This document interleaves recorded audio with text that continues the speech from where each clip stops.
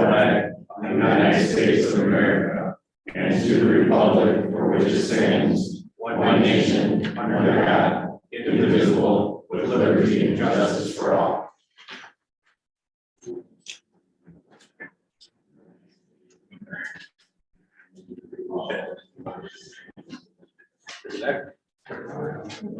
That's our license. Jessica, roll call, please. Lester. Here. Nemecheck. Here. Conklin. Here. Moody. Here. Meehammer. Here. One present. Okay, thank you. Next is citizens' comments on non-agenda items. Our agenda tonight is quite simple, the short-term rental, but if there's anything else that anyone wants to address the commission, now would be the time. Okay, we'll move on then to our work session. And first is a commissioner participation update. And I also have an introduction that I want to give to the audience, and we'll cover the participation with that. The short-term rental issue is not unique to Boyne City. Communities throughout our region and across the state have experienced many, if not all, of the same positive and negative impacts of short-term rentals as Boyne City. And many have moved forward after reaching community consensus to create a solution.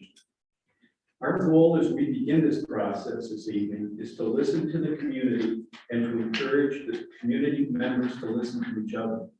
We want to engage as much of the community as possible, so at the end of this process, we can create a solution with common principles that protects the health and safety of our community, maintains the character of our neighborhoods, and respects the rights of homeowners.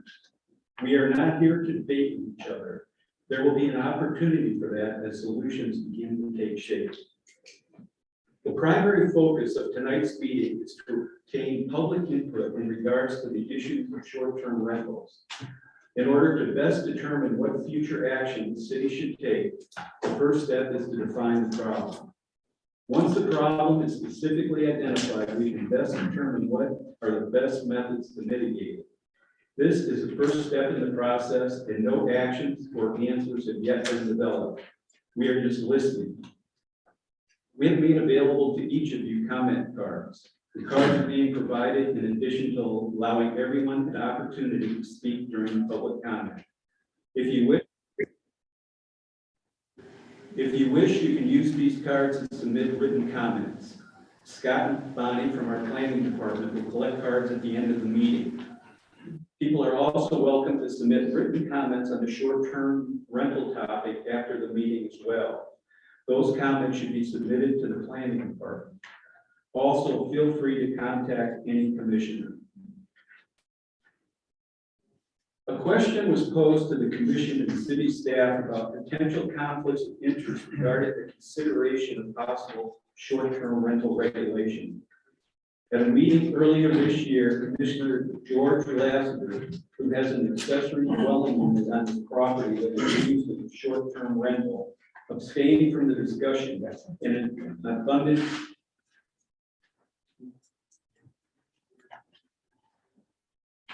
who has an accessory dwelling unit on his property that is used as a short-term rental, abstained from the discussion in an abundance of caution based on preliminary discussions with the city attorney. Since that time, city administration and the commission have had more in-depth discussions with our city attorney and are confident that no conflict of interest exists at present. As such, in this information gathering stage, all commissioners will be participating in the short-term rental discussion. However, I, as your mayor, my fellow commissioners, and city administration are keenly aware of the potential for conflicts of interest and will be continually assessing this possibility throughout this process. Should a conflict arise, it will be addressed immediately in the appropriate manner. We are strongly committed to conducting the public's business in the best interest of the citizens of Boyne City and look forward to receiving your input on the issue of short-term rentals. So those are my opening statements and a guideline for how we will proceed tonight in an attempt to answer the question of conflict of interest. Is there any public comment in regards to my comments. Commissioners, is there anything you'd like to add? No. Okay, then we can move on. Thank you very much. At this time, our city planner, Scott McPherson, will give us a short-term rental status update.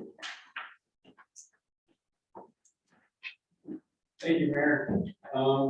Some of you may have been here in December when I gave a very similar presentation on the status of the in the city. This is kind of an update to that presentation with some more current data.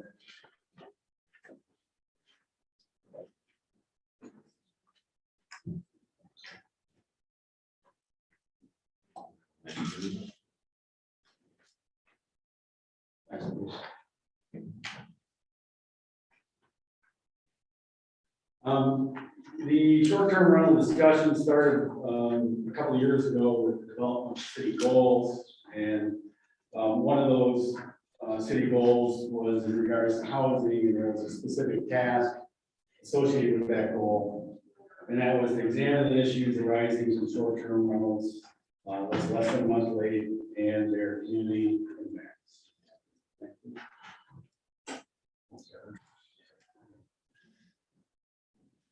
So first, we would like just to start talking about housing units. What exactly are we talking about? And we use the census definition of a housing unit, which basically is any place you can stay, an apartment, mobile home, group home, anything that's used as a living space. So our 2010 census had 2,092 housing units in the city. And then the 2020 census had 2,296 units. I'm a little skeptical of those numbers, as I think there was more than 4 units added in those 10 years.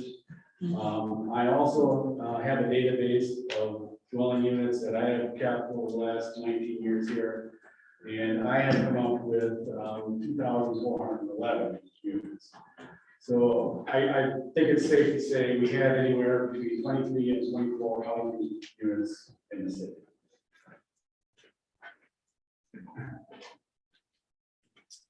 This is a map of all of those units that I have mapped over the years, with each green dot representing a housing unit. So those are single families, apartments, group quarters, mobile homes, every type of dwelling in the city. And this is a breakdown of where those units are located. 54% are in the traditional residential district. 23% are in the multifamily district. 6% are in the rural estate district. 6% are in the manufactured housing district. 5% are in the waterfront residential district. 5% are in the central business district, and 1% is in the professional office district. Just to give you a little acclamation of where those districts are, the primary yellow, that's the largest, that's the traditional residential district. The lighter yellow, kind of on the periphery, is the rural estate district. The tan along the water and a couple other spaces around the city, that's the multiple family district. The blue along the water is the waterfront residential district. And then the manufactured housing district is the 2 spots where we zone for those uses.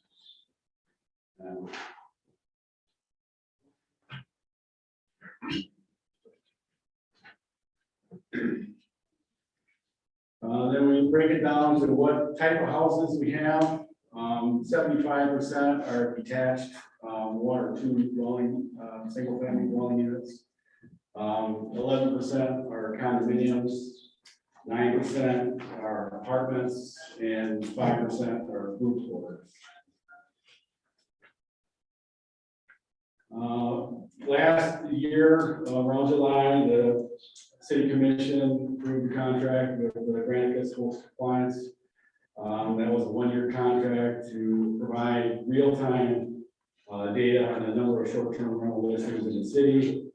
Basically, they scan all the various listing platforms for short-term rentals and captures that every 3 days and provides us a list. And they identify those by address, so then we can identify exactly where they are in the city. They provide this dashboard.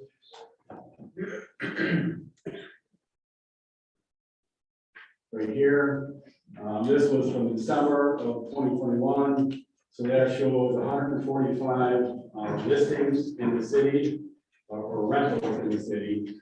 That number of 231, that's the total number of listings. A lot of people are listed on multiple websites, so the same unit would have multiple listings in the city. So I looked at that and reviewed that 145, and we came down to about 140 that we actually found, because there are some duplicates and some not the same.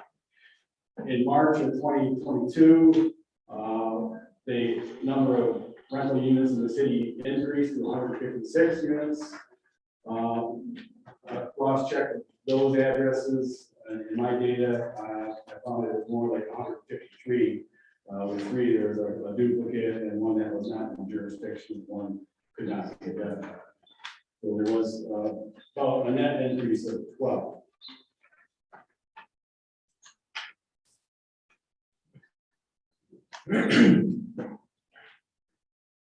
So this is the December, and those green dots represent exactly where the location of all those various rental units are. You can see kind of concentrations down in the south, residential areas along the waterfront. And then in March, we updated it. It's a little difficult to see what the red dots on that map represent the new ones. And most of those increases came in that kind of south residential district. I think there was a net of 10 units in that residential district, and a net of 1 or 2 in the other districts. The short-term rental unit dwelling types, detached dwellings, 55% of them. Attached condominiums, 35%. Accessory dwelling units or apartments, equal about 10%. The sleeping capacity ranges from 2 to 16 persons.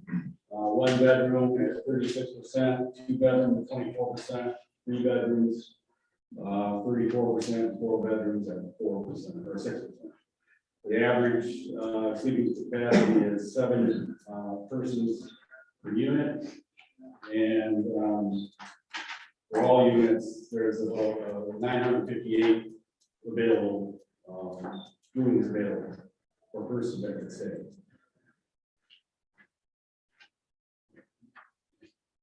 The rates range from $85 a night to $875 a night, with the average being $265 a night. Just doing some simple math, at 30% occupancy for the average rate of $265, that's about $29,000 in annual revenue.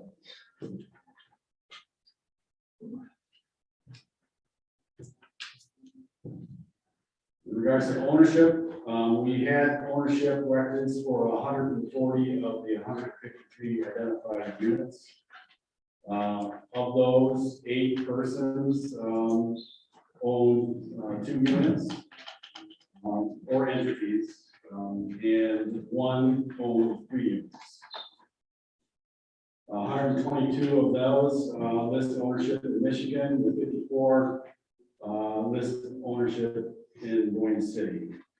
18 listed ownership out of state, and 20 were owned by a corporation or an LLC. Short-term rental properties with homestead exemptions. 38 of the 140 units have a homestead. exemption, that's about 27%. And to break that down by zoning district, in the traditional residential district, 29 of the 73 have homestead. In the rural estate, none. In the waterfront residential district, 2 of 12. The multifamily district, 2 of the 43. And in the central business district, 4 of 13. And the professional office district, 1 did have homestead exemption. So the homestead exemption doesn't mean someone lives there all the time. They can get that exemption without living there, but there's a more likelihood that that person is living in the home. Or they may have an accessory dwelling in the homestead, and they live there and you know.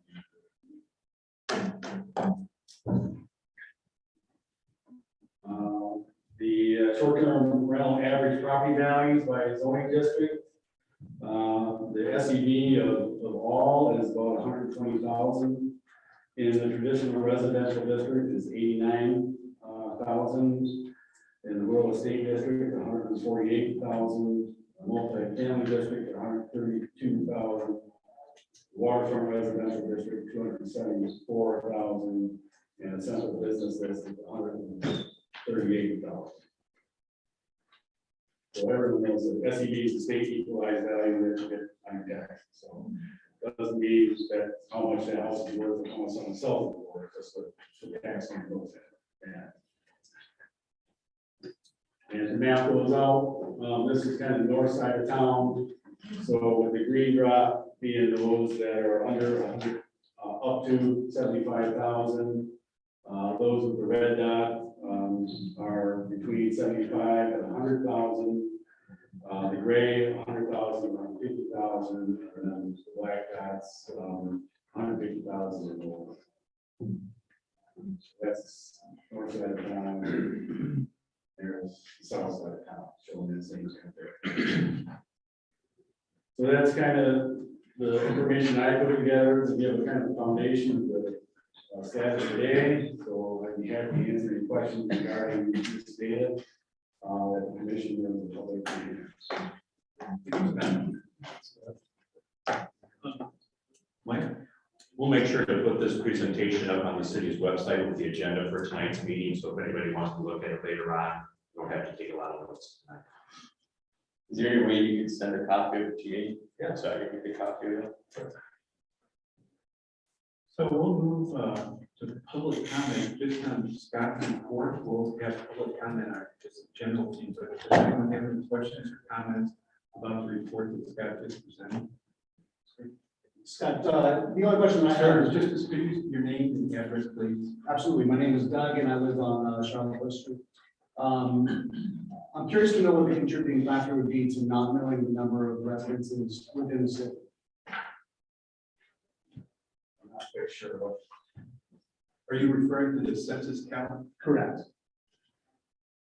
where your count is different than the Oh, the census? census? I don't know how the census made their numbers. For the 2010 census and for the 2020 census, part of the address verification program, I physically identified and verified addresses as part of that process. And in doing that process, I created a database of all those. And so my confidence is much higher in my data than the census data. Thank you. And Scott, you share that information with the Census Bureau, correct? Yeah. Okay, yes. So we provide what we think is the best count here in the city, and then what magic they do with it, and on there. So, Thank you. Anyone else with a question or comment about Scott's report? Rich Coveridge. Do you have any indication of if the short-term rentals are increasing or decreasing, or do you know if over the years? If you We've had this data since October. We entered the contract in July. They gave us our first count in October. And at that time, the number was in the 140s. And it stayed that way each month until this last month when there was that increase of 12. So I'm interested to see what happens going forward as we approach the summer season. I think we'll learn a lot more about any kind of seasonal changes with us as we move forward. Anyone else? Hi, Sandy Pritchard, 536 East Lincoln. I noticed that you mentioned 50 plus platforms. Is it, there are lots of platforms out there, so I mean, that seems like a low number. Granted, just gave that number to me, it's how many that they review, and it may be going up all the time. But part of their business is to monitor all of them. So that's what I'm sure that they're doing, is every viable platform they are reviewing for our units. And that, like I said, that number probably increasing all the time. Scott, that same period of time, Steve Schnell, yeah, sorry, Steve Schnell, Charlotte County Housing Rate Program and Boyne City resident. Can you estimate just about how many, that same period of time between your two studies with the increase in short-term rentals, could you estimate the number of new homes or home housing units? I guess we've got the manufactured housing part and others in that same period of time. Well, over the past year, we issued over 35 permits for new dwellings. How many of those have been structured? I don't know. So there is those, that has increased as well. Anyone else? Tom Brady, Boyne City. I'd like to know what the rules are for that homestead exemption, and if it's monitored for people cheating with whatever the rules are. That would be a question best asked to the assessor. That's not an area I'm an expert on, so qualified for this. Could we give some information about how the assessor could be contacted with that question? His information is available on our website, and call our office and give his number and email address. Any post office hours, I think Wednesday after. Correct. Wednesday morning. Thursday at City Hall. I don't think an appointment's not needed, is it? No, they answer, if somebody wants to call them, they're pretty good about responding to calls, so. I was gonna say, if you Google Michigan, state property tax exemptions, fully written, the page is very detailed on if you're a single veteran, how to go that route. The qualifications of time and dwelling, you have to be at that address. So just Google state of Michigan tax exemption. Hopefully. Anyone else? My name is Steve Persons. What about when somebody has a house in the garage, and they convert a garage into an apartment and sell it for maybe short-term rent, and a house is already a short-term rent? Do you take that into account? Well, currently in the city, accessory dwelling units are used by right. And yeah, we do count accessory dwelling units as part of the short-term rental calculation that we've done. Can you explain use by right, what exactly that means? A use by right is basically any use that you can do without any special permission or approvals by the city, as long as you meet, the basic setbacks and dimensional standards, you have the right to do that activity. And in the residential districts, accessory dwelling units are used by right. So anybody wanted to build one and they had room on the property, they could do that. Anyone else? I can see here. It's. Yes. Go ahead. Yeah, Patty Wilton. I live on Evelyn Township, but I own at the landings and I rent those units, and I am also on the board of directors at the landings. So I just am curious at this point, in case I have missed other meetings regarding this, are we just monitoring right now, trying to gather data related to what's happening within the city, related to short-term rentals? Is that the stage that we're at, and where are we headed? Is this, at this point, we're just gathering data to look for trends? No, I think you might have come a little bit late to the meetings. That's Sorry, yeah. Yeah, Scott is giving an update, and then we have no regulation in Boyne City, but the point of the meeting is to get public input. And what the issues are surrounding short-term rentals. Okay. So we'll get into that. Okay, because I have a lot of experience related to the subject as well as here and in another state. Great. But then also am involved with how we handle things at the landings too. So I just wanted to participate. All right, Thank you. thank you. So, Yes, Point East Road. You had an amount estimate of how much each rental brings in. Do you have an idea of how many people it brings in for tourism here? Well, this, from the one slide, there was about 958 persons that could stay, Okay, that was on there. yeah, in town at any one time. And then use a 30% occupancy as kind of the standard. You could estimate there's probably 300 people staying in town at any given night. Is it much higher than the summer? I would say it's fluctuating, oh, absolutely, but, you know, that's just a give you an average idea. anyone else? Sherry Culver, Lakeview Drive, Wood City.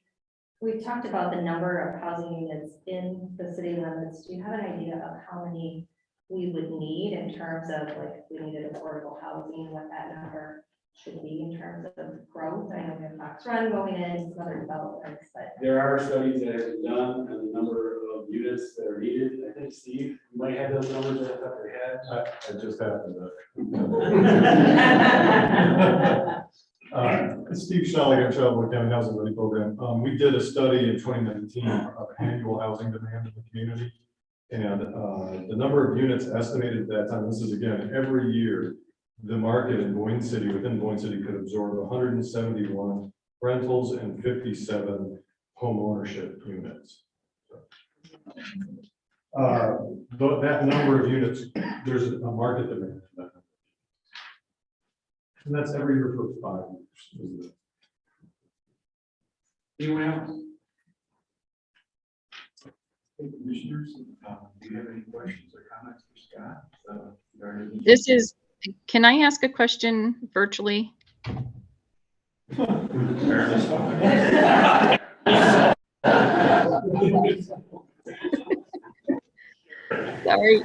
to interrupt. Can you identify yourself, please? Yes, Sherry from 6 West Main. Your questions? It was hard for me to hear the answer to the last question.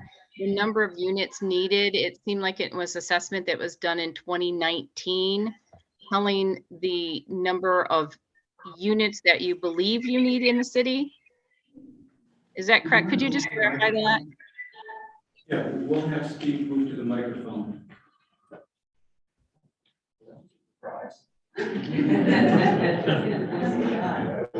Yes, I'm going to do my. Yeah, if anybody wants more detail on this, it's on housingnorth.org to give you a lot of the background about the methodology used for this. So it's a target market analysis is what it's called. So it's a real estimate based on a lot of different kinds of marketing data. And so, yeah, that is a 2019 study. And obviously we've had COVID and construction changes since then. So take that, understand the context of the study, but it's an annual market demand, and the study that we have online breaks it down by income level too. Most of that demand is in the very lower income levels.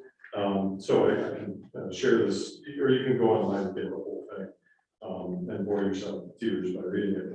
But 171 units for rental and 57 for home ownership. So did that answer your question? 171 units for rental and 57 owners. So is this what that you think that we would need to have to fill the demand that was there at 2015? Correct. Like there would be enough people interested at those various income levels that would want to move to Boyne City that where we don't have enough housing units to fulfill that. Okay, thank you. So obviously, it probably needs to be taken into account some of the changes that have happened since the COVID. Will a new study be done? Definitely. We've talked about updating the study, but the market study people have told us to wait a little while until things have settled to update this. But yes, so we don't know how that may have changed from COVID yet. Okay, thank you. Just to clarify what I think I hear you saying, Steve, you were saying about 200 units combined per year for 5 years, so about 1,000 units. We think we have demand for over a 5-year period. The study's pretty clear about not making it cumulative, so Okay. they never, No. that was my first reaction too, but they say, no, if you end the year, it kind of restarts, you really can only absorb so much into the community. Okay. Thanks for that clarification. Okay, we were, did the commissioner, any questions? You had a hand. Yeah, one more hand. Oh, just a quick clarification. When you say rentals, you mean long-term rental, Yes, not nightly short. thank you, yes, rentals, yes, yeah, long term. Okay, commissioners? I think you got one more hand. You mentioned various incomes. What is the average on the income that they're looking to rent for a month? Average? I think it's more important to break it down by, they do, like, give you an example for rental units. Steve, could you? Yeah, sure. Yeah. For rental units, give you an average, if you're looking at household incomes between 28,000 and 40,000, that's the biggest sector, meaning they can afford rent $700 to $1,000 a month. There's 104 units in Boyne City alone that could be absorbed in the market. And for home ownership, just the biggest sector is people who can only afford $150,000 home or less. That there's 43 of those homes that are needed in our community, and those are for households that earn up to $60,000 a year. So these are all estimates, but, and again, you'll see the breakdown of pie charts and all that in our report. Anybody else? in the building? Just on Scott. Just on Scott, Jay, I'm sorry. Commissioners, anything? Scott, you know, the question I have is how often are you going to be updating so we can be every 3 months, every 4 months? I've been looking at it every beginning of every month to kind of update those numbers. So are they updated on the website? Is there any place where people can go to get that information? I could put this study on the website and then I can update those graphs and charts on a monthly basis. So we could use social media to kind of direct people to where to try to website. That was a great report. Okay, we'll move to our public input right now. You know, let the commission ask questions. Oh, I thought I just did that, I'm sorry. Have you done any, the only thing, have you done? It might be a little too early, but regardless of what happens, have you looked into what your department's going to need to do, whether we continue to go with Granicus, whether you guys are gonna take this in house? I know you got a new assistant that we just hired now, but right now, Monday through Friday, you guys have a routine that you guys are doing. With whatever this commission does, is gonna affect you guys' daily routine and your man hours drastically, essentially. Have you come up with anything to give the commission kind of feedback of, hey, if this is a direction or decision, this is an impact planning and zoning department in such a way, we're gonna need to look at, you know, additional staffing, additional time needed to help. Yeah, I mean, that's all part of the calculation, and it's gonna be a function of ultimately what decision the city commission made. It could be as little as continuing to monitor it doing, which would take very little additional, or it could be something as large as having a, certification, registration, inspection, and all those kinds of services where you would have to have additional staff and additional resources. So yeah, I mean, it could vary greatly depending on ultimately what the city commission decides. Right, is Granicus, I've been on their website, I've looked through, they offer different tier packages, it kind of looks like they offer like basic plan, a medium plan, and a very intensive plan where they do a lot of hands-on, things and partnering with the community. Have you kind of come up with like a desire on what you would like to see the participation level being with Granicus? And kind of that price point on what that might look like? No, until I get a better idea of what the policy is going to be. It's going to be tough to really make that kind of determination. Yeah, we have one projection. That's all. Commissioners, was there anything else? Before we move to the public comment now, and I do have a tweak to the rules maybe. I'm asking you that the public comment should be focused on what you believe are the primary issues, impacts, positive or negative, of short-term rentals. During the public comment, staff will be taking notes, and when public comment is complete, staff will review what it heard and try to identify common themes, issues, and concerns. Each person wishing to comment is asked to speak from the podium, to state their name and address. Each speaker will be allowed 5 minutes. Time will be kept by our city clerk treasurer. The speakers will have 1 time to address the commission during the public comment period. Are there any questions, Mike? Just let the people here and online know, obviously, you know, we have the ability to talk to people, and I see one hand that's raised right now. And I'll keep the mayor apprised of that, and you can recognize them as you choose. Okay, thank you. So, who would like to begin? You want to go with our person online and let them show?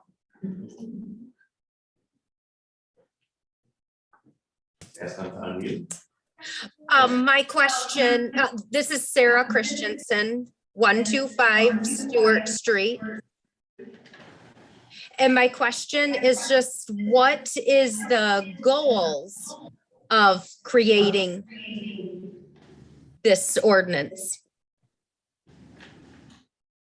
That's kind of what we were hoping to figure out today with input. Yes, sir, I think that's why we're here, to see if there is a need and what the goals of any kind of regulation might be. Okay, so there's not a preconceived goal? No, not at all. No, we're here simply to listen. Okay. Thank you. Anyone else? Could you please come to the podium? My name is Zachary Knott. I was born and raised in Boyne City, 2574 Main Street is my address.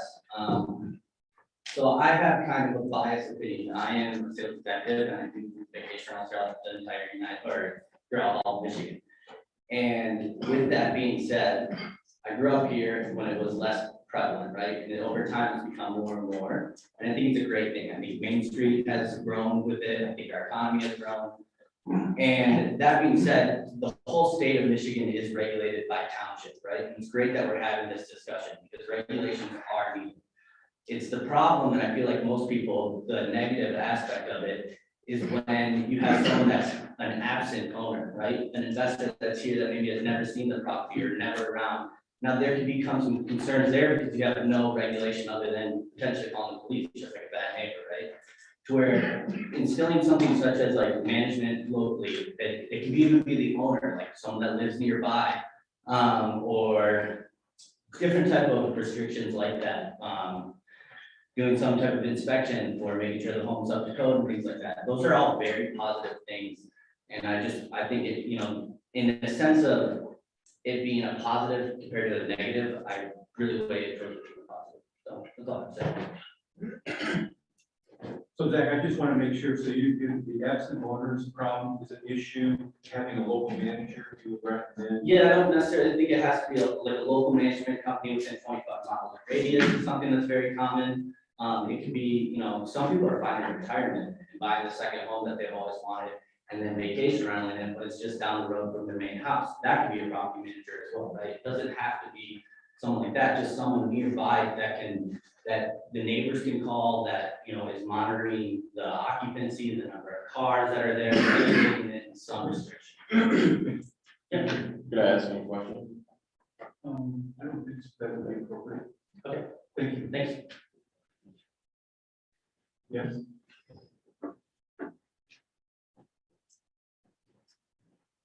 What was the question you said? I was making sure that I heard what you were saying. Hi, my name is Tom Parker. I live at 700 Front Street. I'm actually the president of the Harbor Association. So I would just like to second the comment about having professional property rental management. services involved. That's been something that's really helped us at Harvard, reduce a lot of the challenges we've had with short-term rentals. Secondly, in that role, I also just want to make the city council and citizens aware, insurance companies are taking a negative look at short-term rentals as far as insurability of properties. To that point, we've been notified by our insurance carrier that they will no longer cover us if we continue to allow short-term rentals. And this is a Philadelphia company. They cover hundreds of condominium units across the country. So they're a major player. They're a fantastic insurance company. So we've got, we're out shopping for new insurance companies right now. And the folks at quotations right now. We'll see. I don't know where that's going to go, but I'm just making you aware that insurance companies are taking a negative view and looking to manage risk and eliminate what they see as high risk. And then the final one is I'm also a registered professional engineer, so from the standpoint of code and you know we've got dwellings built to residential standards that potentially or that actually are being used as commercial rental properties. One Water Street was built to have commercial rentals, and as such has our fire escapes, you know, fire extinguishers, sprinkler systems, things like that. So the question, you know, the thing to consider is if the city is going to allow short-term rentals in dwellings that are built to residential standards, you know, is there some adjustment or readjustment of code requirements by changing those potentially look to see this as a commercial operation. So and I know with commercial properties, everything that's been touched on Main Street has had to come to absolute positive, you know, totally up to current standards. At significant expense, but of course it's well in place, so it needs to be safe. As the mayor pointed out, you know, safety of our citizens is kind of goal.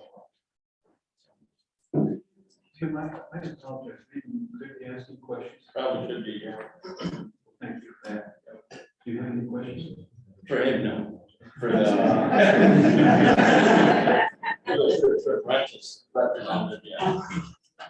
Anyone have a question? Okay, thank you. Zach, could you, Yeah, I know if there's a insurance and when everything sinks or something always rises. So there's supplemental insurance coming. More and more companies are starting supplemental insurances. And a supplemental insurance is an insurance policy that's only being charged when the home is being rented by guests. And so the owner pays that fee to then give them coverage while the guests are in the house, which is actually pretty phenomenal. One of the things called insurance. That aren't being utilized. Yeah, so with your experience, because I don't deal with short-term rentals as much as I've been hearing that I do.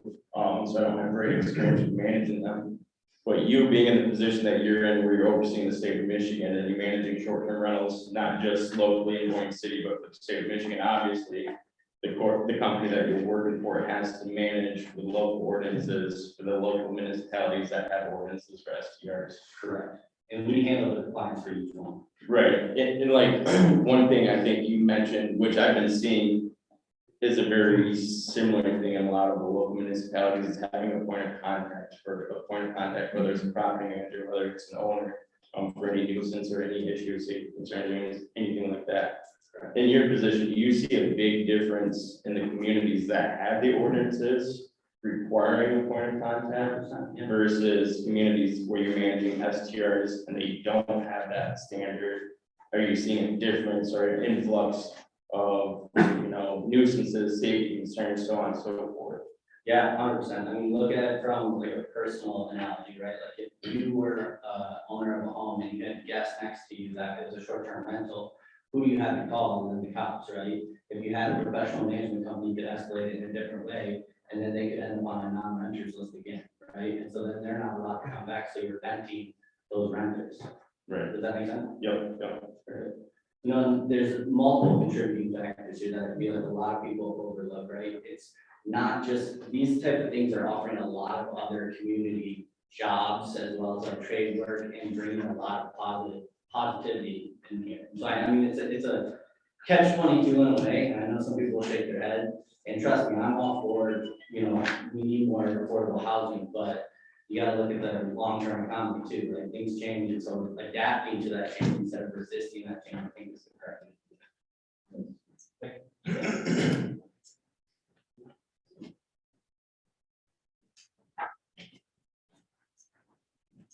Tom Shaw with Lake Shore Drive, Boyne City. I've known Zach, I've represented Zach, I've known Zach's mom, I've represented her, I've known his brother, I've represented him, I know Bill, but I don't represent him. I love this guy, but you know what? If you're here in favor of short-term rentals, it is because of nuisance or not nuisance, you're missing the boat. Short-term rentals is an issue for this community because it's gonna cost you your football team. You have to put your view 8 years down the road. And imagine with me for a minute that every home in the traditional residential district or the waterfront residential district is a short-term rental. Imagine that for a minute. You won't have to have a school. You won't have to have buses. You won't have to have teachers. You won't have any place to house your teachers. And that's where people like Zach and realtors in the town, not all realtors, but realtors that serve on the planning commission, realtors that may serve on this commission, are going to sell your community to somebody that lives in Beaver Creek, Colorado. You think they're going to give a damn about your football team? No. Now, you think I'm kidding? You think I'm, you know, I feel that sometimes I'm like John the Baptist, but that's exactly what's happened in Sedona, Arizona. They've lost their football team. They've lost their Boy Scouts. They've lost their Little League. And their community is 10,000 strong, but their demographic has been flipped to people who are 61 on average age or live in California. So if you don't think it's happening here, you can look at the statistics for your elementary school and you'll see over the last 5 years, your number of elementary students, grades kindergarten through 4th grade, have dropped 19% over the last 4 years. Don't take my word for it, look into it yourself.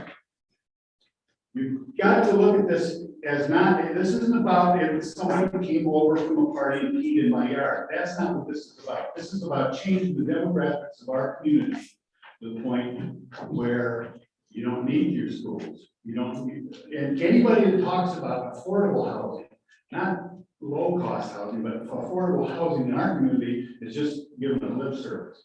Because our affordable housing is gone. I came home, I've been gone 90 days. I came home, the first person I met said, oh, you know, so-and-so, they bought 3 or more since you've been gone. I said, 3 more houses? Yep, to put in their short-term rental management program. So I don't know what Scott, what statistics he's using, but the guy that lives next to me owns 7 of them in this area. And not maybe all in one city, but I would ask you as a commission, as you think about this issue, please distinguish between the traditional residential district and waterfront residential district, where you sold me a home called a single family dwelling, and now I've got a mini motel next to me. That's different than all the other zoning districts. I think you should treat those 2 zoning districts as separate, the traditional and the waterfront residential. Those people bought homes believing they were going to have a single family home next door to them, and they don't. I don't, and you may not if you live in that. You know, it can happen to any of us. The way this item is, this issue is just blown up. And I would encourage you to, you know, think that through as 2 distinct cases. The single family versus the multiple housing. I think you could treat those 2 things differently. I will say, and I'll sit down. The Court of Appeals in October 21st of this past year, case called Cherry Homes Association in Leelanau County had a short-term rental issue. The Court of Appeals stated a short-term rental is not a residential use of the home. It's a commercial use of a home. And what that means long-term, I don't know yet. There's gonna be some more litigation over that. I hope Boyne City doesn't have to get involved in that. But the Court of Appeals has said a short-term rental is not a privacy right or a property right that I have to use my property any way I want to. If you allow a residential home to be used as a commercial property, I think that would require some sort of conditional use for even today from probably the planning commission, but I think it should be stronger than that myself. I think it should have to go to the zoning board of appeals and give the neighboring homes notice of whether or not this particular home is going to be turned into a mini motel. Thank you for your time. Do you have any questions? So, do you have a suggestion for like a compromise on any of this? I would not do questions. No. Well, I think the compromise would be to treat the TRW and the WR, Tommy, We did, I just want to let you know and let Sherry know that I saw her hand up, so we have one. Everything's incorporated. There's no hand over.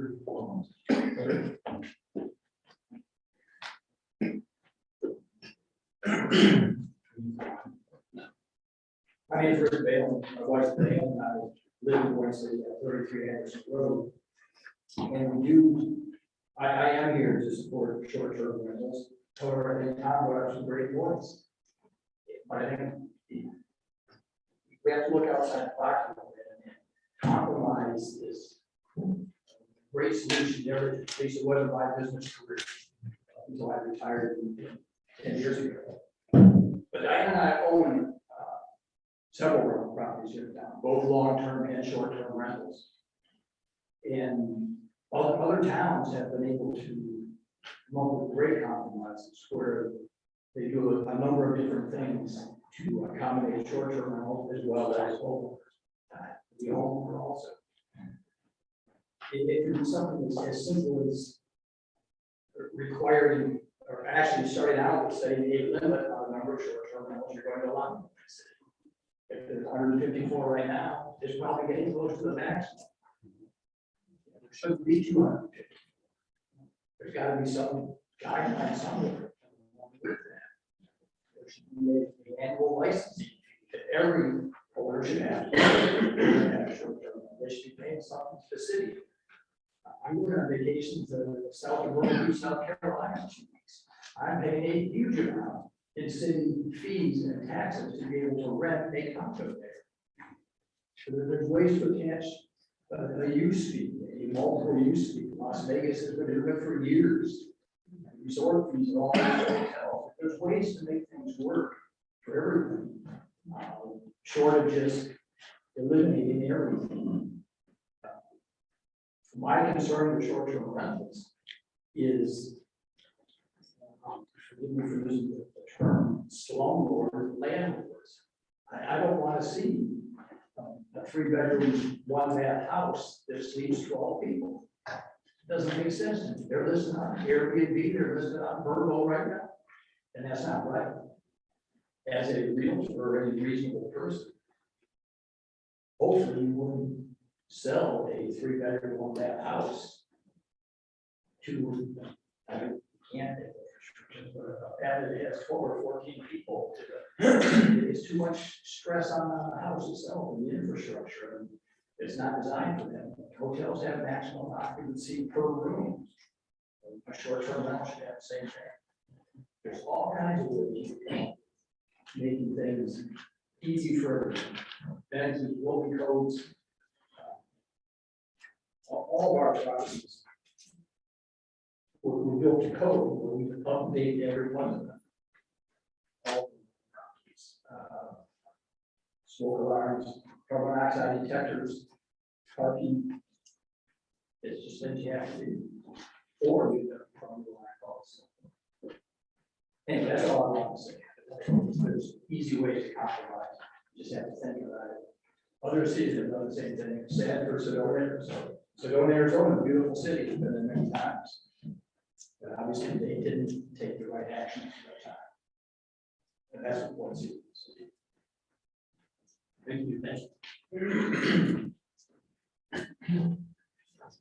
These are online question, yeah. Okay, I would. Sherry, if you could unmute yourself. There you go, you're good. Yeah. Can you hear me? Yeah. So thank you for allowing me to speak. Just a couple of comments and things to consider. Sherry, can you identify yourself, please? Your Yeah, location? sure. West Main, 6 West Main. State your name, I'm sorry, we missed your name. Sherry. Sherry Denishek. Sherry Denishek. Thank you, go ahead. Okay. So one of the things to think about or questions I have are, there's a lot to consider here. This is a complex issue, there's no doubt. And with the student decline of 19% in the schools, can that really be tied back to short-term rentals? The birth rate's at the lowest point ever. The state of Michigan has the second lowest population growth in the country. Last year, we lost over 16,000 people, the census says. So that information is easy to see, but the whole state is hurting in terms of student population is definitely declining in schools and in colleges. And so I don't know that you could tie that to short-term rentals. I understand the concern over the demographics and being cautious there. But I think that is something that needs to be considered. Is that really tied to the short-term rentals, or is it something that's really, it's happening? I know it's happening throughout the state. Questions I would have would, how will you attract, if you regulate the short-term rentals and depends on what comes out of this, how will you attract people to Boyne City? When people vacation, they need a place to stay. So where will they be staying if they're going to come in Boyne? For all the wonderful festivals that Boyne Festival has, or Boyne City has, including Boyne Thunder, where will all those participants stay? I think that's something to consider. Something else to consider is that vacationers bring in a lot more money per week, especially in the summer months, but even during the ski season, vacationers bring in a lot of money that helps Main Street to thrive. There's no doubt about that. Versus if a person purchased a dwelling and had it as a second home and didn't rent it, or just had it as a permanent resident, there's no doubt that they wouldn't spend as much money in there. So what would be the plan to make up for that income loss if we have fewer short-term rentals? So there's just some questions there. We know that the short-term rentals also attract tourists from other states. And how will we bringing in more tourism there? So that's kind of an overall thing there as well. For the concern over a rental with like a 3-bed, 1-bath, 12-person house, typically people won't do that because it doesn't accommodate unless you're getting like a college crowd in there or something like that. So a lot of times that takes care of itself because it's not what people are wanting for their vacation. Yeah, I guess that's it. What would you be doing? That's just something what we'd be doing to bring in the income to the Boyne City Main Street if all the short-term regulations and ordinances are put into place. Those are just some other things that need to be considered. Okay, thank you. Thank you. Pardon me, you take a quick recess. Sure. Yeah. We need to take a recess for a few minutes. 6:29, we'll be back at, sorry. Yeah, 6:35. We'll be back at 6:35.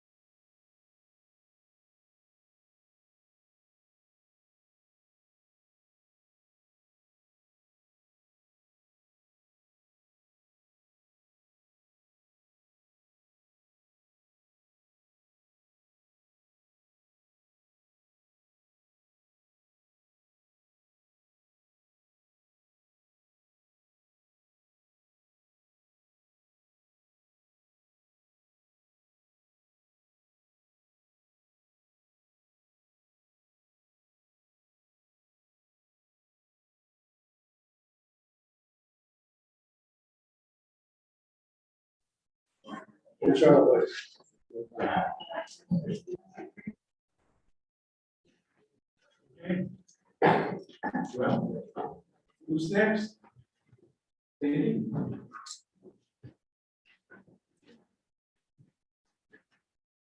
I'm Cindy Fisher, 526 Lincoln Street, and I applaud the commission for stepping into this. It's a big issue. My personal opinion, each SDR represents one unit of housing that is removed from inventory. We need to look at it that way. And it isn't just affordable housing, it's housing in general. We say as part of our vision in one city, I think one of the 6 of the items is affordable housing. So I think we need to frame our mindset that way. Speculators are driving the cost of housing in one city through the roof. That somebody can get $189,000 for that little turquoise house adjacent to the post office with 6-foot backyard and it's a 50 by 50 foot lot is insane. So when we talk about the schools, I think one of the reasons there's 25 to 30% schools of choice is because the children or the young adults of families that live here forever can't afford to be in the district. So I think that's where a lot of that comes from. So going forward, we're looking at what other people do, what other towns have done. They say, oh, Boyne City's so small, we don't need to worry about it. I think we need to get ahead of it, so we don't end up with lawsuits, so people are making investments as we make restrictions. We need to cap the number per owner. We need to think about designating districts for SDRs. We need to limit the number of days per year. Landlords need to be given the option to declare their properties cannot be used for SDRs, or that their tenants need to come and get their permission. So that they can't sublet. I totally believe that we need to enforce the PREs. I totally believe we need to tax SDRs as commercial enterprises that they are. Hotels have to pay lodging tax, as someone else mentioned. That's a revenue stream. Licensing, obviously. All the code issues that need to keep people safe need to be enforced. Maximum number of people per bedroom, habitable unit. And out of that, I'm sure there will need to be, Tim's point, an increase in the staffing to manage this and administer it. If you look at the revenue projections from these things, minus the number of staff to administer it, I guarantee you there will be net revenue. And if the city wants to do something seriously about affordable housing, that net revenue could be put into an affordable housing trust.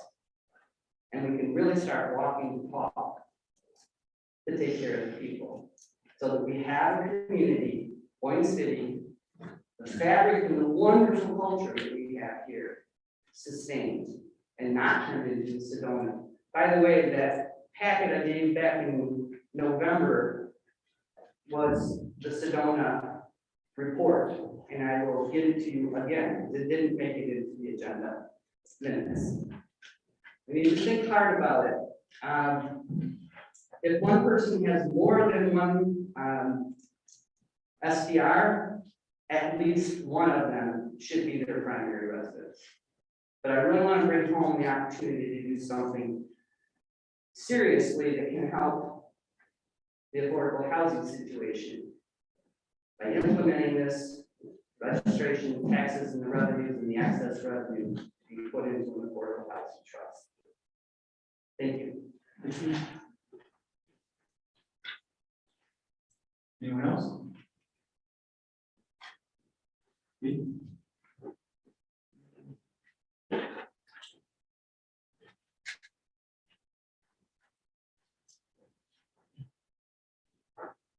Steve Schnell again,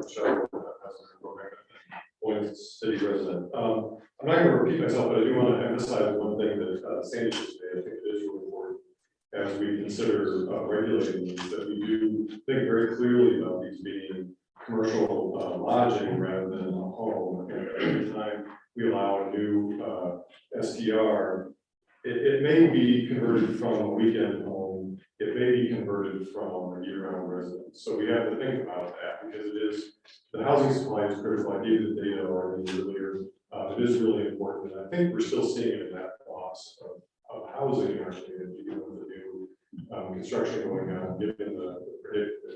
Again, these are all estimates, so understand where they're coming from, but I think you are seeing that loss of housing supply.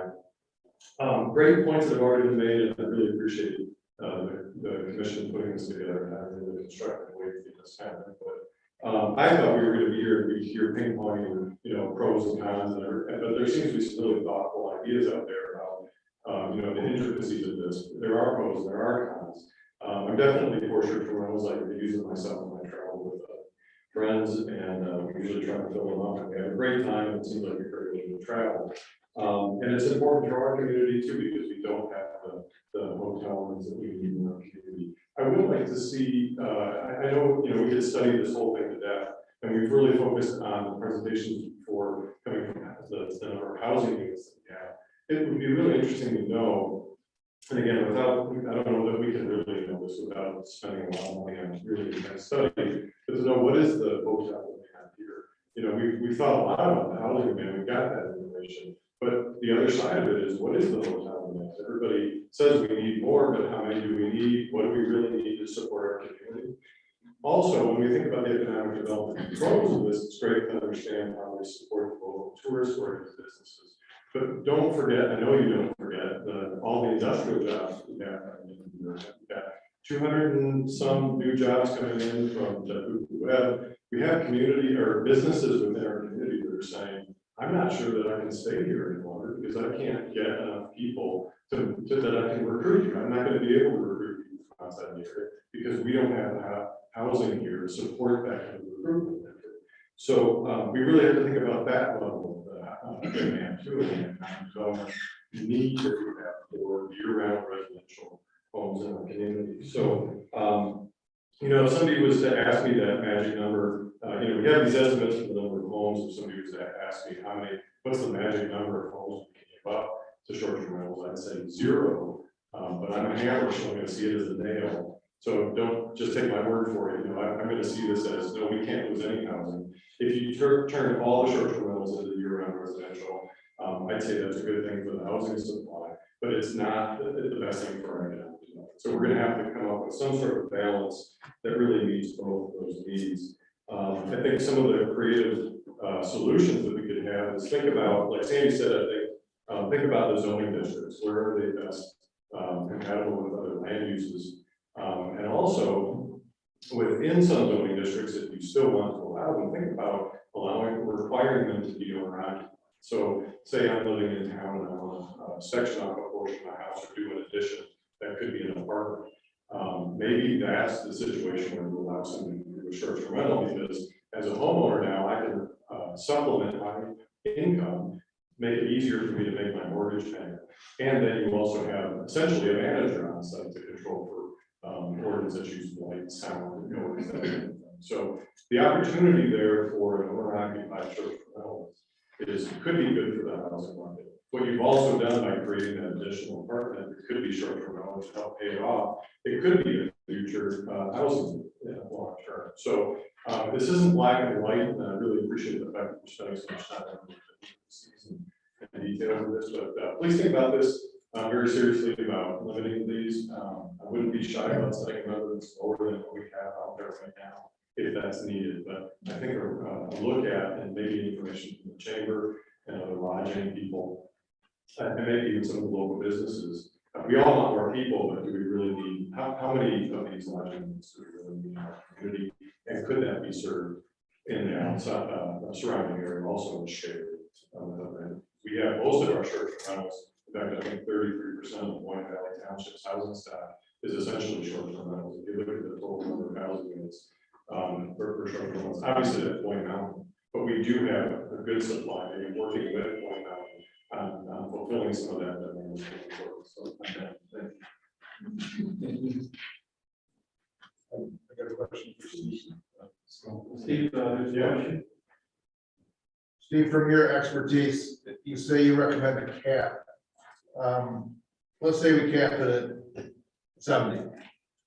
Is it fair to the 71st person that wants to invest in Boyne City? How do you handle that dilemma? Yeah, it depends on where they are, I think, really. I mean, I think it was said earlier on, I think Tom Schraub said that it's really clear by the state law and court precedent that short-term rentals are a commercial use of the property. It's not residential.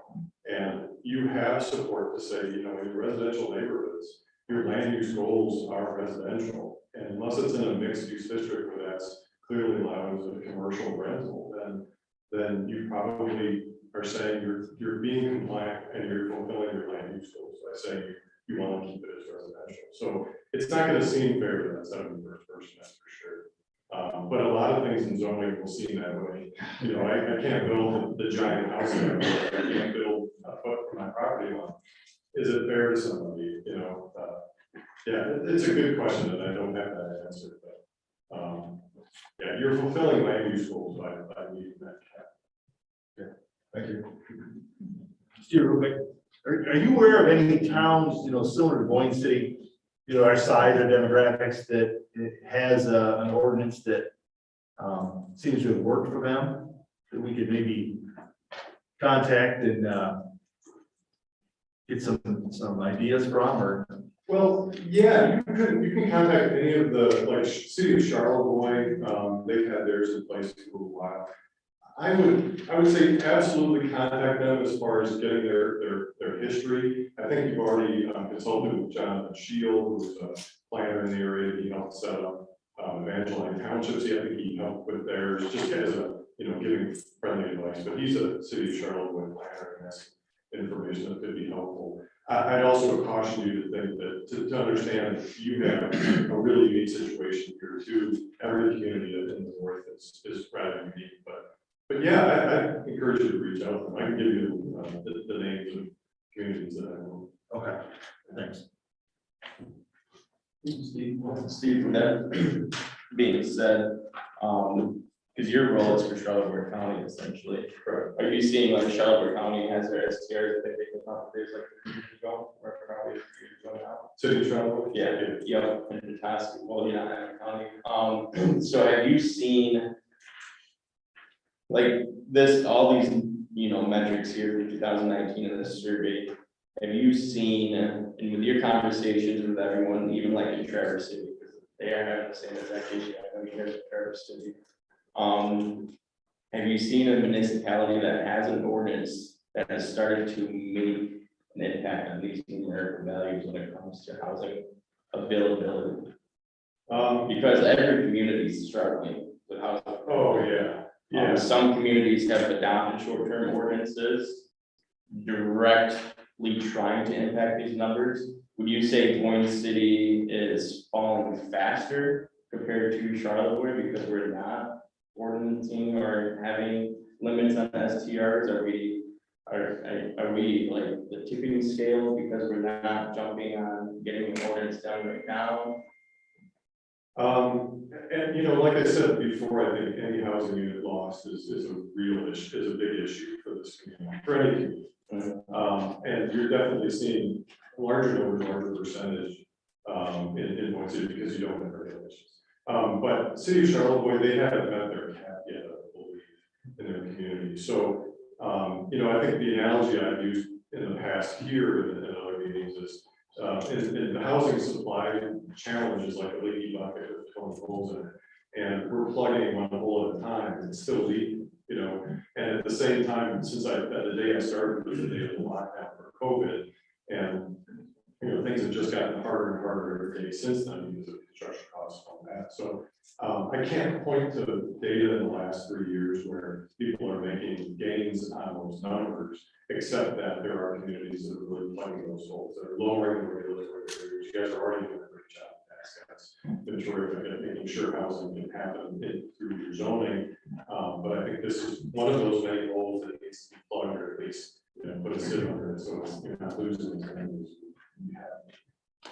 Yeah, I think it needs to be controlled. It needs to be a balance. Right? There's too many disappearing out of that, more so than you're doing in new construction. Do you know the cap in Charlotte out there? 80, I think, but it's in zoning districts. So, okay, because not all districts allow, some do, right? Some do with a cap, same with East Jordan. I mean, you see some of these statistics, and, Scott, we've talked about it even a while back, they're saying, 30%, 30% of these statistics, like in Scott's report, that takes you to, what was the number that we had in the last time, like 720. It was crazy. So that's where I was wondering where Charlotte was capped at, because I knew some of their restrictions. Yeah, they probably have more than that. I don't know the current numbers. They probably have more than that total number of short-term rentals, but again, it's just capped in certain districts. It's uncapped. Okay, thanks for your birthday. Anyone else? back. In the back there,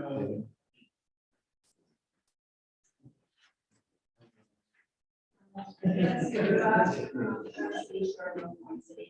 I do own a vacation rental.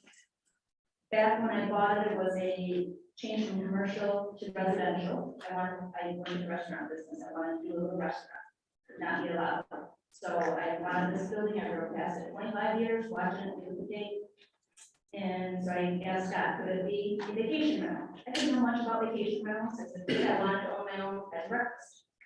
So anyway, my kids have always done travel sports. There's the softball, the waterfront, the Toski, does it with Boyne. 44 teams used to come up. That's 9 kids on a team and their parents at least. That's over 4, that's like 5,000 people that come up that need a place to stay for the weekend. Where are they staying? I also work in the restaurant business. We have weddings all the time. 200, 300 people come to these weddings. They have no places to stay. So I knew there was a need for a place to stay. I only own one vacation rental. I have never had any complaints about it. I don't allow more than, usually it's a couple or 2 couples and their kids at the most. It is only 2 bedrooms, but they can have 6. Because there's a roll pull-out couch. I do like Sandy's idea of trying to get money somehow back from the VRBO so they can start the income for some housing. Could Boyne City ever do their own Boyne City vacation rental website out there? Maybe have everybody listing their vacation rentals on a city website and maybe some of that money then, because I pay out a good amount to VRBO that they get each time a person rents it. So maybe that money will go towards you each time. I don't know, I know, and then on the other hand, my daughter is 25, she cannot find a house for something 100 to 160,000. So I understand what that says. I mean, she stays in the rental when I live in out, she stays in the house. I guess, I don't know, I guess that's all I've got to say. I do see a need for housing for people that come up here to stay. But I also see the vacation or the long-term rental issues. all right, Thanks. thank you. Do we have someone on line, Mike? Yes, we have Sarah Christensen and Pastor Campbell.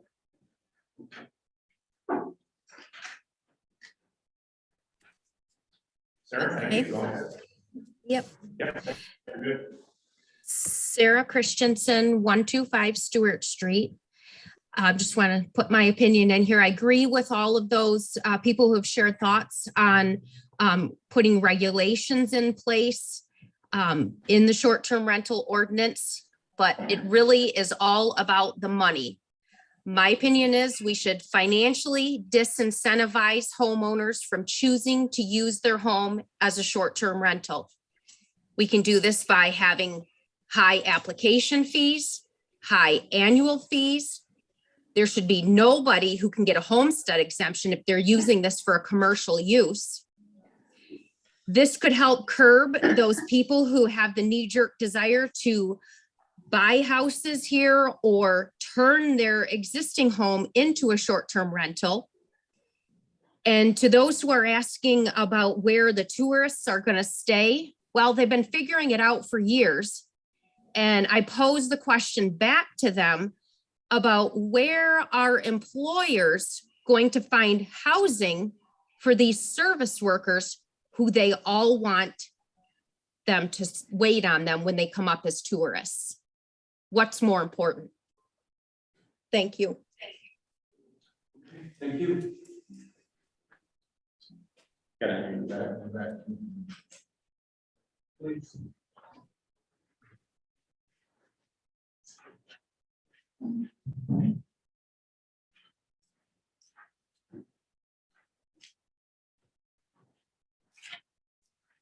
Patty Walker, I live out on the lake shore, but own 2 units at the Landings condominiums. I'm born and raised in Boyne City, so I have a long history here.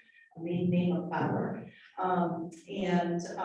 So I'm passionate about Boyne City, and so thankful to be able to live back in this community. One of the units that I have was actually my grandmother's original owner at the landing. So my ability to keep that as a future downsizing plan, and also to keep that heritage in my home, I've been able to do that because the regulations for the condominiums from the very beginning include the ability to rent. So I do see that the condominium developments, who often are renters from the very beginning of those developments, might be one of those zones that you consider, and how those are managed, because they're already managed by the homeowners association and the board. There's a lot of processes and things in place that I think can be very advantageous to be shared, of things that are working really well. I do appreciate that there are two sides to this. Many of the people who come up and rent, and maybe I get a lot of stories of people who've been coming up and sending their children to this area and want very much to be able to buy here because they've had so many wonderful experiences. So your renters are also often your future owners in the community who want to come and get a second home, or who really truly hope to be able to live here because they've made so many good memories.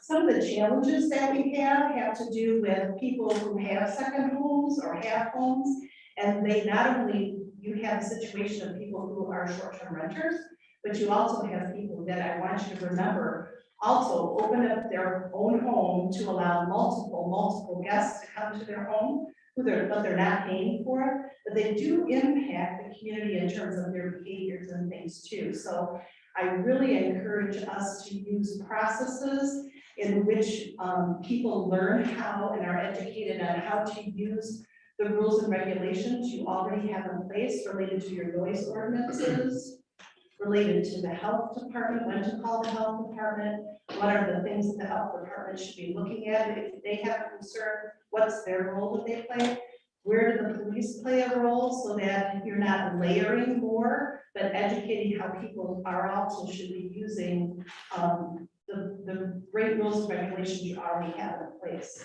for both short-term renters and also other types of guests in the community.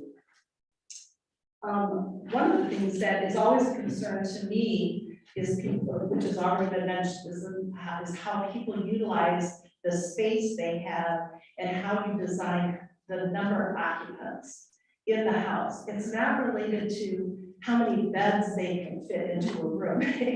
It's related to the bedrooms, bathrooms, and maximum occupancy related to the health department and those kinds of things, and how can we make sure that people are aware of what those are, because sometimes you'll get someplace that it's a big room, so they put in 5 bunk beds, and I don't think that that fits very well in maybe a 1 or 2 bath home. So those things should be considered so that people have reasonable numbers in terms of capacity.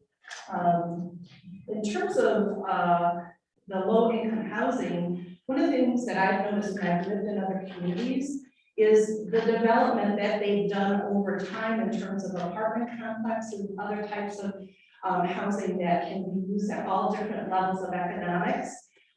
Sometimes in areas that I've seen, and I think that I don't know all the history here for the years that I wasn't back in this community, but we need to also be aware of where maybe we've had some shortcomings in planning those kinds of developments over time, which is could be another cause of why we have challenges related to low income housing and housing for people who are coming to work in the community. It's not just short-term rentals. I want to make sure that we're doing a nice balance of recognizing where our challenges have come from, and then what are we doing related to those kinds of developments that help for that kind of housing as well, so that we continue to grow our community in a positive direction. And so I do like that there's an open forum like this to make sure that we look at all those different sides.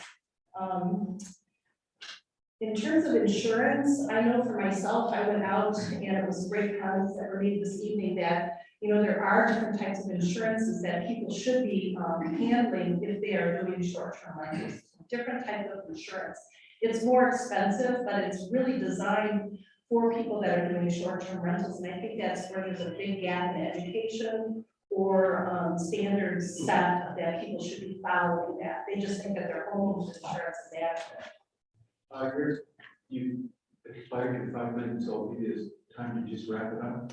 Yeah, so I think that we just need to continue to work together, really listen to each other. I appreciate how sensitive an issue this is, but I think with the time that I know my experience has been in developing the processes, it can work out well and to make the balance work. Thank you. Okay, thank you. Anyone else?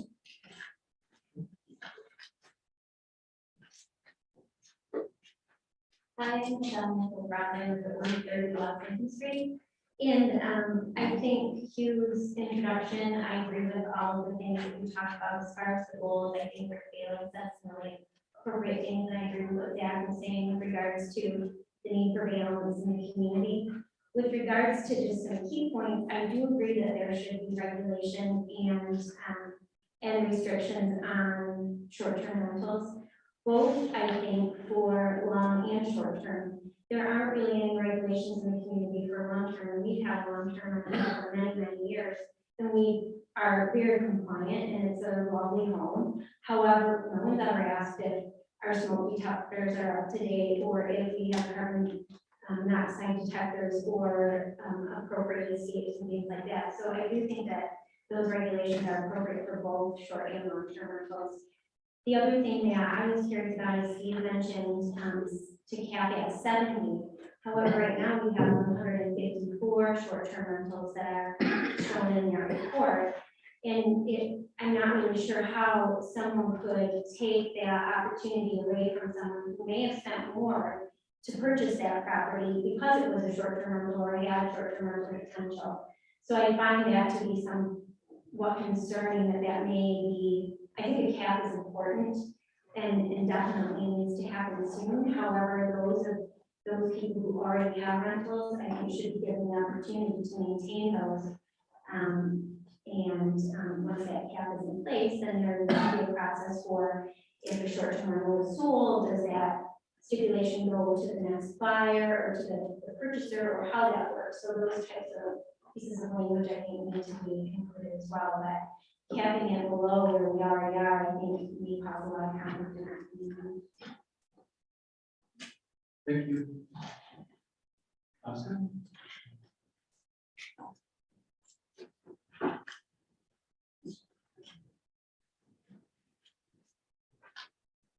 My name is Austin Barton, 430 Southern Street. Thank you for the opportunity to speak and for putting on this forum. I'm just going to kind of recap on what we talked about last time. There was a people there in this room up there. I am for short-term rentals and I'm for as little regulation as possible out there. But I do hear a lot of people's very good ideas, and I really like the idea of the city website. That's awesome.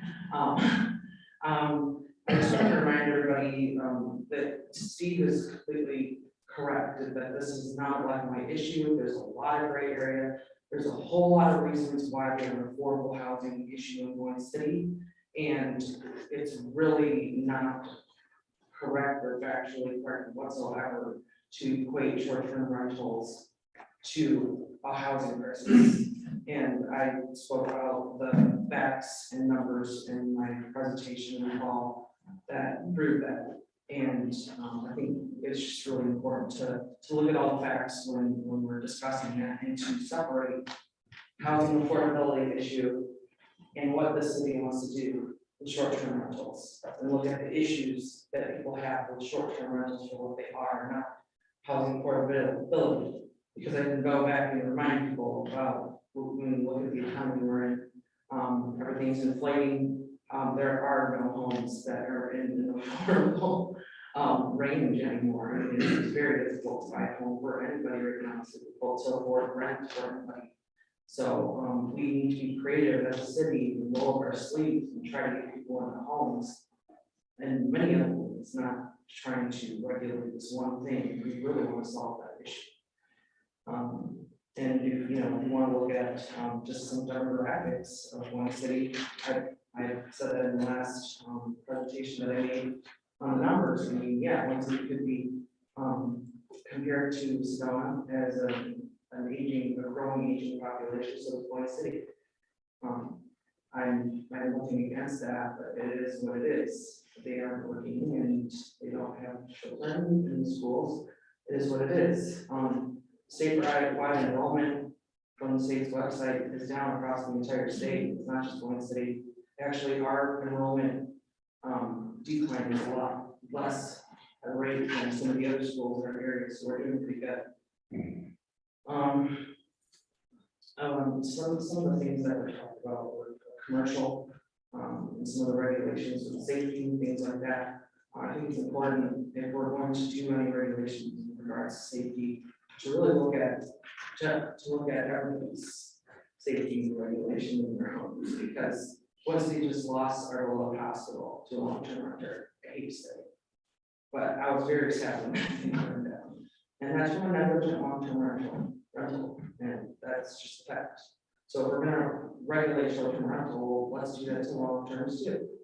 Do we want to do that? I don't know, we have to ask ourselves. So if we're gonna do some ordinances, we need to look at ordinance for everyone. And there's blight and homeownership. Whereas a lot of short-term rentals are evil. So I mean, there's pros and cons to everything. And I'm all for what Sandy said, she's not here anymore, but protecting the culture of Boyne City and what we grow up and know. I completely stand with that and want to do what I can to help with that too. Safety is a concern, so we need to look at ordinances for all housing units. I think zoning is important. We gotta get creative with zoning, like Steve's talked about. Creating accessory dwelling units, and as I already understand, there's all commissioners here are working really hard to try to bring in creative private development to get more housing units out of this town, and I encourage that because that's what we need to do.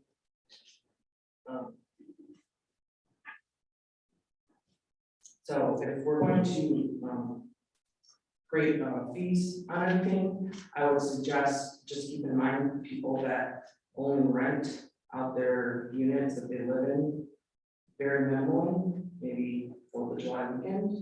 They landed on Airbnb and they are one of those units, but they may not actually rent out their unit that often. But they may have to pay, you know, hundreds of dollars in order to supplement some of their income that made their home affordable for them, something you can think about. So I just want everybody to look at all both sides as we're doing here now. Thank you, everybody. You guys said some great things, and I will do these things too. Thank you. Thank you. Anyone else?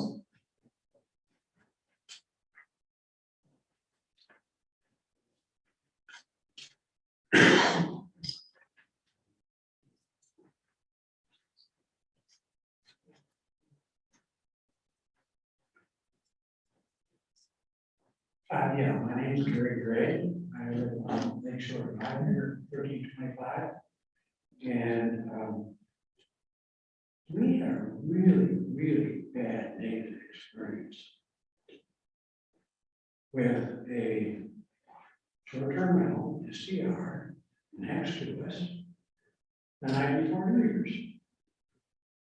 There was 14 young gentlemen from Indiana. They drove 4 beautiful pickup trucks. They have a pickup truck by myself, so I really appreciate it. But about 2:30 in the morning, they determined they were going to go ahead and raise hell. So not only see the facility that was next to me, the folks who wanted turn it into a 14-room facility, 14 beds that people were sleeping in. The garage in the back was converted into a upper level, lower level game room. They have 2 queen size bunk beds in the upper level. And they had the ability not only in that particular location of the house on the lake to sleep 14 people. Well, when you have an acoustic guitar and you have karaoke going on at 2:30 in the morning, who are you supposed to call? the police, right? I found that out the next day.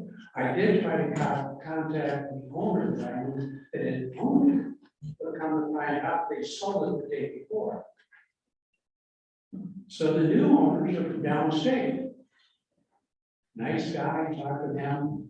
They do have a management company. They came in and I don't know whether they talked to the individuals that I did.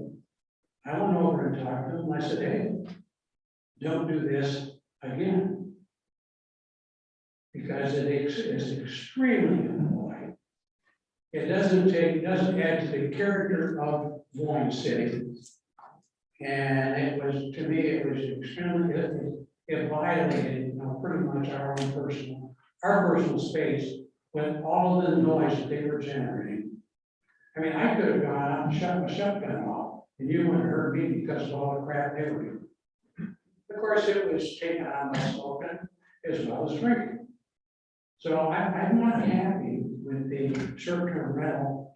And I understand it's a business, and it is important, and I believe in capitalism. But I really believe we have to put some sort of regulations in place to protect, the homeowners. Got a nice place, it's a little over retirement home. But at the same time, if I have to put up with that, I tell you what, it's not necessary. And this council needs to do something to go ahead and to protect, the homeowners. Thank you very much. Anyone else?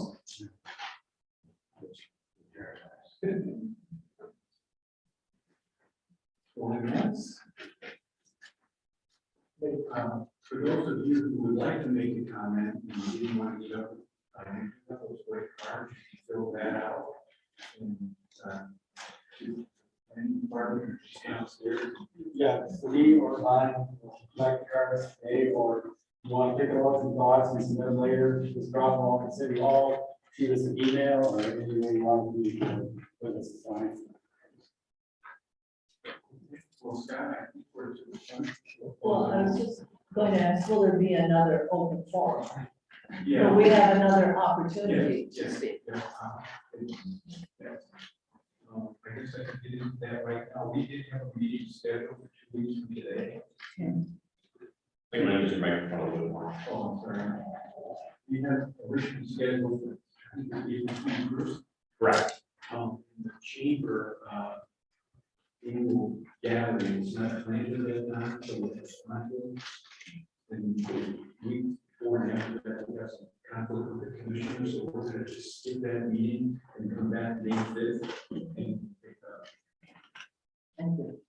Same time. Same time. Is the email that you got here to me, that's we're gonna commit on the 5th of May. Yeah. Oh, yeah, yeah. We're not committing to the next. Not committed to it. Yeah. So Scott, would this be the appropriate time to kind of summarize with,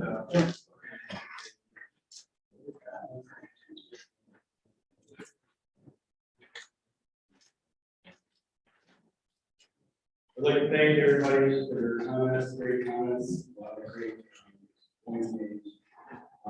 Some of the common themes that I see in these comments, one was the health and safety impact. And those driving and commercial use of the property, making sure it's safe, that kind of thing. The other one was the housing impact and how that reduces the number of housing units and how we can look at those by zone, district, and different areas about that. And I think it was balanced a number of times in that area. And then there's also the economic impact. There's a number of comments about that positive impact about how short-term rentals do serve a purpose, but again, they're balanced. So I think with those three major themes, I think we also heard registration or ordinance a number of times. So I think moving forward is that there's probably some kind of ordinance could be looked at. to address these issues.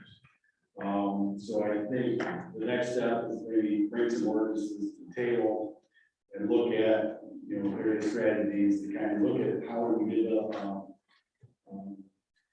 deal with the health safety issue. How do we deal with the housing issue? How do we, make sure there's a balance to deal with that economic impact? The next meeting, I think we would begin, probably best is to get some ordinances from communities and maybe kind of similar circumstances and begin looking at those and see if, and working from there to begin to. So, Mike, have any comments or either the city commission or observations? Mike, you have anything else? No, I think Scott summed it up. Everyone in the audience to we agree with the summary. We agree with the summary that Scott presented. Exactly, for a quick example, Harbor Springs, I know we mentioned Harbor Springs, they have great rooms in place, that you can go down to the town hall and get that. I know that's there. I disagree with that. Well, I mean, it's an example, so that you can have a trash service, they have emergency contact. I mean, yeah, they just raised the price from $500 per year, no matter what, but, just an example, I was just saying, something to look over. Would it be possible, Scott, to post some examples online? Yes. Because I know that Mankato City, Harbor Springs, Petoskey, Elk Rapids, East Jordan, Evangeline Township, Evelyn Township, Elk Rapids, in our area, all have an ordinance of some sort. I talked with Barb Brooks, who does our RT, and we're looking at a spot on our website where we can use the kind of the landing page to just kind of collect all this information, so we'll get that out where that is, and populating it with these various ordinances and information. With that, Scott, I think one great way would be to throw it, I mean, it's too much information to really put it in Excel type spreadsheet, but you could start out with, columns, list all the municipalities that, okay, we have regulation on that, and go along that way, at least so we can see the common denominator. Kind of matrix that. Exactly, sure. I think that would help.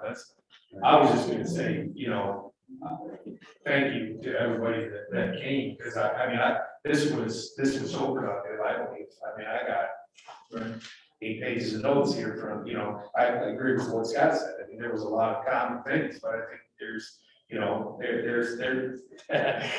will tell you in a minute, his comment from the other night, and there's, I think it's just, there's a lot of different ways to look at it, and there was nothing, the meeting flowed so well, and thank everybody that came to this. There wasn't any, hey, you and hey, you. Oh, that's my comment. Oh, it was, no, just that, there's no, there's no winner, or there's, From D, he said that half the community wants regulation, half the community does not want regulation, and they're both right. And that's our assignment, that's our homework, to make something work. You do have one other public comment. Over days, we are a couple properties around, on Thunder Road. My question I have is, if you are looking at capping the amount that's within, the Boyne City area, my question would be is, how do you decide that cap? Michelle had kind of touched on that a little bit, but for upcoming pending projects that are in the works right now, we have 3 that are on the plate that if you look at what's currently in place, we would hope, anything that might be going forward. So I would be curious to know where the board sits on that, and what you guys think you might consider. Is it just ordinances, or are you guys looking at capping? Yeah, like, no, I don't know.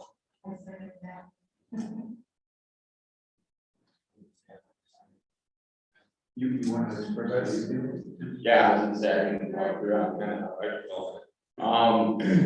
in regards to the capping, me personally, I don't think any blanket cap is gonna be, impactful. If you start digging into these numbers and these, like the presentation Scott has from Granicus, and seeing where a lot of these STRs are isolated, and reviewing a lot of other local municipalities, they're capping different districts within the community.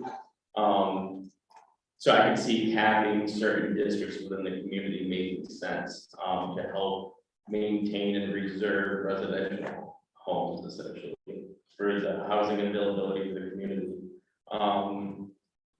That's directly to that. I got more. I don't know if I can get each commissioner to respond to her before we go. Scott, is there anything that you can help with that particular question? Is the planning department?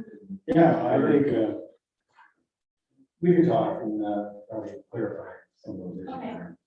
I appreciate it. Thank you. Tom, do you have a I question? just want to encourage you guys on one issue, and we saw it in El Rapids ordinance.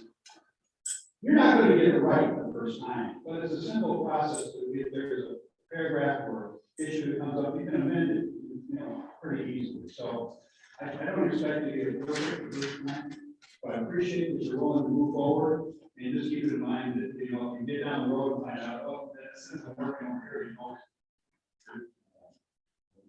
Yes. Yeah. It was, is there an avenues, this is all great, but I'd like help, and I think a lot of people here would also like help. This is a big project. So if there's a way that we can help you, I guess, let us know. This is a big project. And I was big. Yeah, but whatever else we can do. Could you share your phone number with the city staff? Sure, absolutely.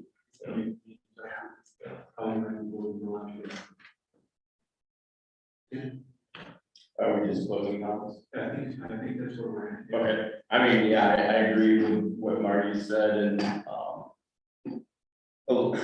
lot of the information that we got at this meeting has been pieces of information that we've been getting here or there. A lot of new information, which is good. Overall, I don't have any personal interest or any personal input on how the commission is going to decide or what direction they want to go. The only thing that I want to have happen is make sure that we're maintaining Boyne City's economy, making sure we're not jumping to conclusions with STRs being a bad negative thing for the community as a whole. There's a happy medium, and trying to find that happy medium. Someone mentioned doing a survey on kind of what do our local businesses need in short-term STRs or hotel rooms or motel rooms. If you look at Little Walloon Lake, they beat us. And they're not nearly the size of our economy and what our local Main Street is as far as what support they need. Scott made a comment, 30% occupancy equals about 300 people every night in Boyne City is in an STR. That's 300 people that are at a restaurant, at a grocery store, at a local store downtown on Main Street. And that's obviously 300 people per night average. That's a lot higher in the summer. But that supports the economy. Having the department heads being involved. I've talked to Chief Spade, sent him an email.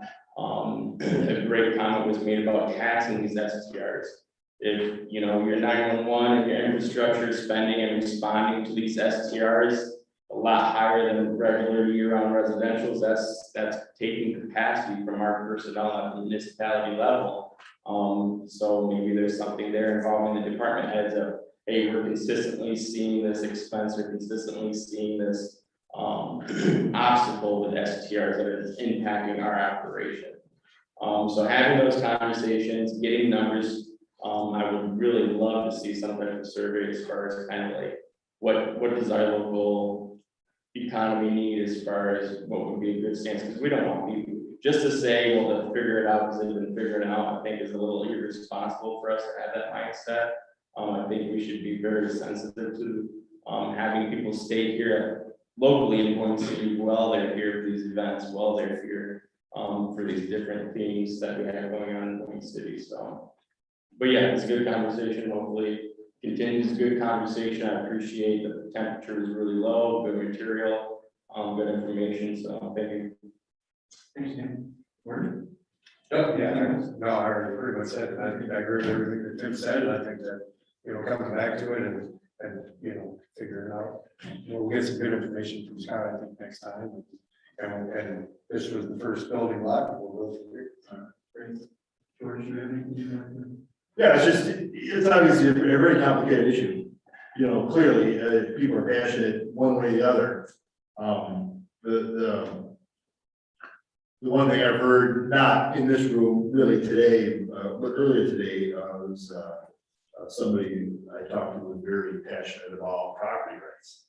How can anybody say what I do with my own property? He's very passionate about it.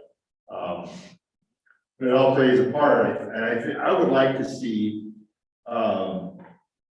again, what other towns have done, not to reinvent the wheel, but we don't have to. Talk to other towns and other people in town that have had a good experience with their ordinance, and it hasn't ruined the schools, and it hasn't ruined the football teams, and it's worked for them in a similar town. I reached out to the police chief in Elk Rapids, because they've dealt with this for quite a while. And he said their ordinance has worked very well for them. And they use that as compliance, which he was very happy with.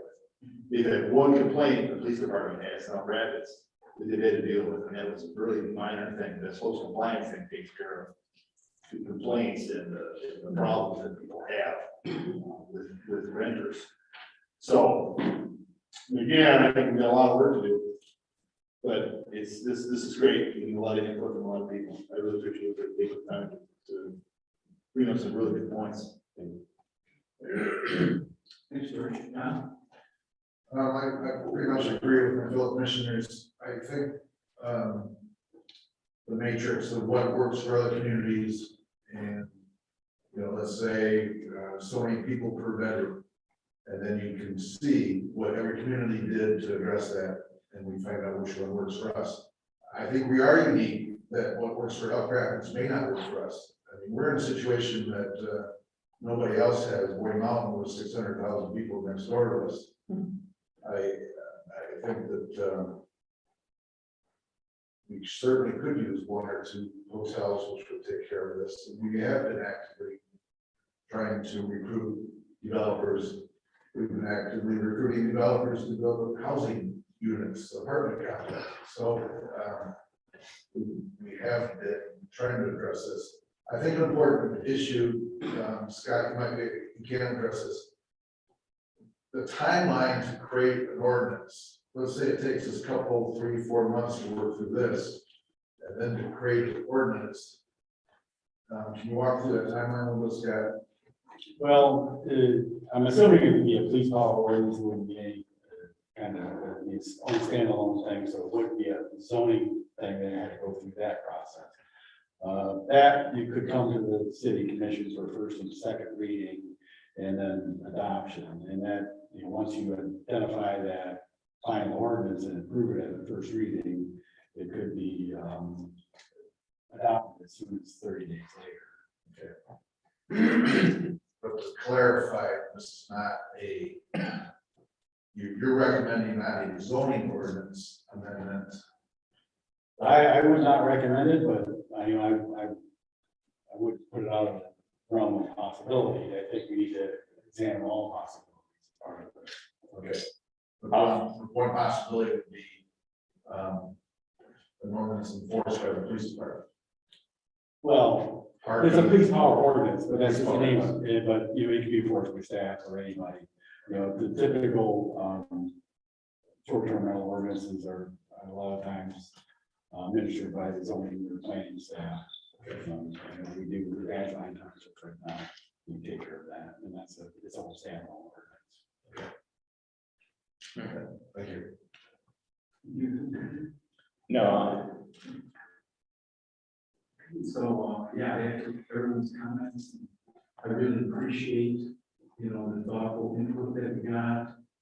I see a very bright light at the end of the tunnel, and I'm sure that we're gonna get to agree on. You know, if there's one thing in what I'm trying to protect, is just the residential neighborhoods and protect the character of the city. I think that's important that, you know, I see ways that we can do that and still need it. What we've got going on commercially, tourism, those of us. Yeah, I really appreciate it being here and your constructive input. So we're gonna schedule a meeting for May 5th at 5:30. At that time, we will have, Boyne's example. Thinking about George's suggestion, Scott, do you think it would be of value to have like, there's one Jonathan Shield from, Charlotte Boyd and person from Belgrade is to come and give a brief presentation. I can invite them. Do you think that would be a worthwhile step? Absolutely. I don't think Jonathan's there. When that he might be done. Okay. Unless it's too early.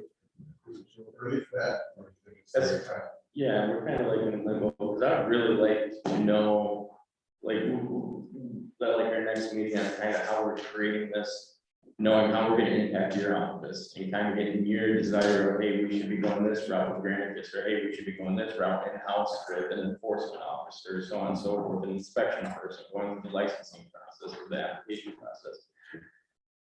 What would be the appropriate timeline? Hey, we feel we're gonna need to do this, this, and this, and how do we get, like, is there any way we can get a survey to show, hey, we need X amount of hotel rooms for, I mean, is there anything like that available, a way to get something like that? Top of my head, but I can see if I can find anything. I don't know. Costly, yeah. Right. I mean, Granicus, I mean, they offer quite a bit of stuff, a lot more, they offer a lot more than just STRs. Is that something that they could help or aid? I like what you said, but I kind of agree with you. I think not for the next meeting. Okay. I think it'd be better to see Scott's matrix and see how, you know, how a lot of it comes together and then move in that direction. Not to keep extending it out, but just try to do it in a process. Yeah, okay. Well, I think we've come to the end of our meeting, so I entertain a motion. I'll make a motion. Okay, is there a second? Like that. All those in favor say aye. Aye. Thank you, everyone. Thank you very much.